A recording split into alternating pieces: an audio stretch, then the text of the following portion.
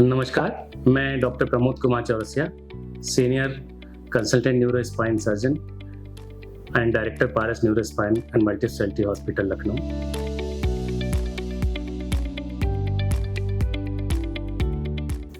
इसके अलावा जो हमें जानना है कि क्या किसी चक्कर वाले मरीज को डॉक्टर के फॉलोअप में रेगुलर रहना चाहिए, अवश्य रहना चाहिए, क्योंकि इसके रिकरेंस के चांसेस बहुत ज़्यादा होते हैं। और अगर आप वेस्टिबुलर रिहैबिलिटेशन एक्सरसाइजेस सही से नहीं कर रहे हैं तो फिर ये रिकरेंस हो सकता है और इसके लिए फिर से आपको प्रॉपर फॉलोअप और ट्रीटमेंट की ज़रूरत पड़ती है। दूसरा एक पार्ट होता है कि क्या इसमें सर्जरी की भी ज़रूरत पड़ती है।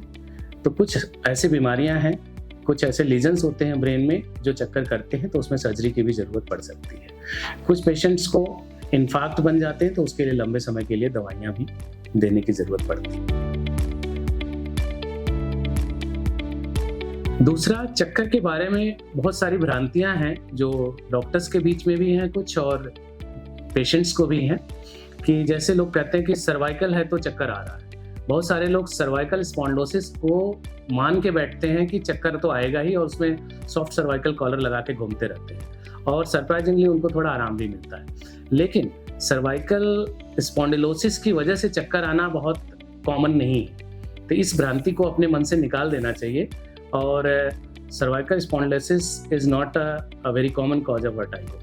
सर्वाइकल स्पॉन्डिलोसिस वो भी एंकाइलोजिंग स्पॉन्डिलाइटिस ऐसी बीमारी है जिसमें चक्कर आ सकता है, या वर्टिब्रोवेस्कुलर इनसफिशिएंसी की वजह से थोड़ी देर के लिए चक्कर आता है। क्रॉनिक अगर चक्कर आ रहा तो एंकाइलोजिंग स्पॉन्डिलाइटिस के केसेस हो सकते हैं, लेकिन सर्वाइकल स्पॉन्डिलोसिस में चक्कर का आना बहुत ही अनकॉमन है, जो कि लोगों के मन में ये भ्रांति बनी है कि गर्दन में सर्वाइकल स्पॉन्डिलोसिस हो गई इसलिए हमें चक्कर आ रहे हैं, और वो गर्दन का एक्सरे या गर्दन का एमआरआई करके टहलते रहते हैं और उनको आराम नहीं मिलता। तो इस भ्रांति को निकालना बहुत जरूरी है कि सर्वाइकल स्पॉन्डिलोसिस की वजह से ज़्यादातर चक्कर आते हैं, ऐसा नहीं है। सबसे ज़्यादा कारण जो चक्कर के हैं वो इनर ईयर या ब्रेन के पोस्टीरियर पार्ट से ही संबंधित होते हैं और उसे समझना जरूरी होता है।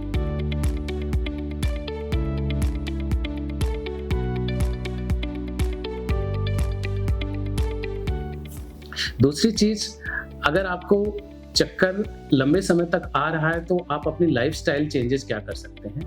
तो उसमें सबसे इंपॉर्टेंट चीज़ है कि आपको अपना पोस्चर करेक्ट करके रखना होता है। सीधे बैठना, बिस्तर से उठने के बाद थोड़ी देर तक पैर लटका के बैठना, फिर इसके बाद चलना शुरू करना, और वेस्टिबुलर रिहैबिलिटेशन एक्सरसाइजेस करना, जो कि कहीं भी मिल जाता है। यूट्यूब पे भी बहुत सारे एक्सरसाइजेज और फिजियोथेरेपिस्ट भी उसको गाइड करते हैं, डॉक्टर्स भी सिखाते हैं, तो एक्सरसाइज करते रहेंगे। कुछ एक क्रॉनिक वर्टाइगो के जो केसेस होते हैं वो माइग्रेन से भी एसोसिएटेड होते हैं, तो उसको वर्टिजिनस माइग्रेन भी बोलते हैं। तो उसके लिए भी आपको एक न्यूरोलॉजिस्ट, न्यूरोसर्जन को दिखाना होगा, और वो करेक्ट डायग्नोसिस के बाद उसके प्रोफिलैक्टिक ट्रीटमेंट देने के बाद भी चक्कर में आराम मिल जाता है, और इसकी डायग्नोसिस एक स्पेशलिस्ट ही बना पाता है। सामान्य दवाइयाँ देने से काम नहीं बनता।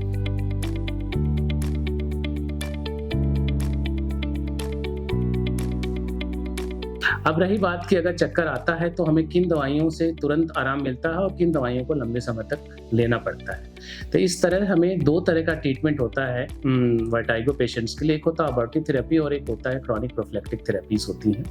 अबॉर्टिव थेरेपी के लिए तुरंत हमें वेस्टिबुलर सेडेटिव्स देने होते हैं, लेब्रिंथाइन सेडेटिव्स देने होते हैं, जिससे कि चक्कर का आना तुरंत बंद हो जाता है। और लॉन्ग टर्म के लिए हमें वेस्टिबुलर रिहैबिलिटेशन एक्सरसाइजेज एडवाइस करनी होती हैं, और कुछ बीटा स्टीन कैटेगरी की जो ड्रग्स हैं वो लॉन्ग टर्म हमारे इनर ईयर वैस्कुलेचर को इम्प्रूव करते हैं, और प्लस रिहैबिलिटेशन में भी हेल्प करते हैं। प्लस कुछ नोट्रोपिक ड्रग्स भी हैं जो लॉन्ग टर्म रिमिशन में हेल्प करती हैं। तो इस तरह से चक्कर को बहुत ही सामान्य नहीं समझना चाहिए, और जब भी ये प्रॉब्लम करे डॉक्टर को तुरंत मिलना चाहिए। Thank you.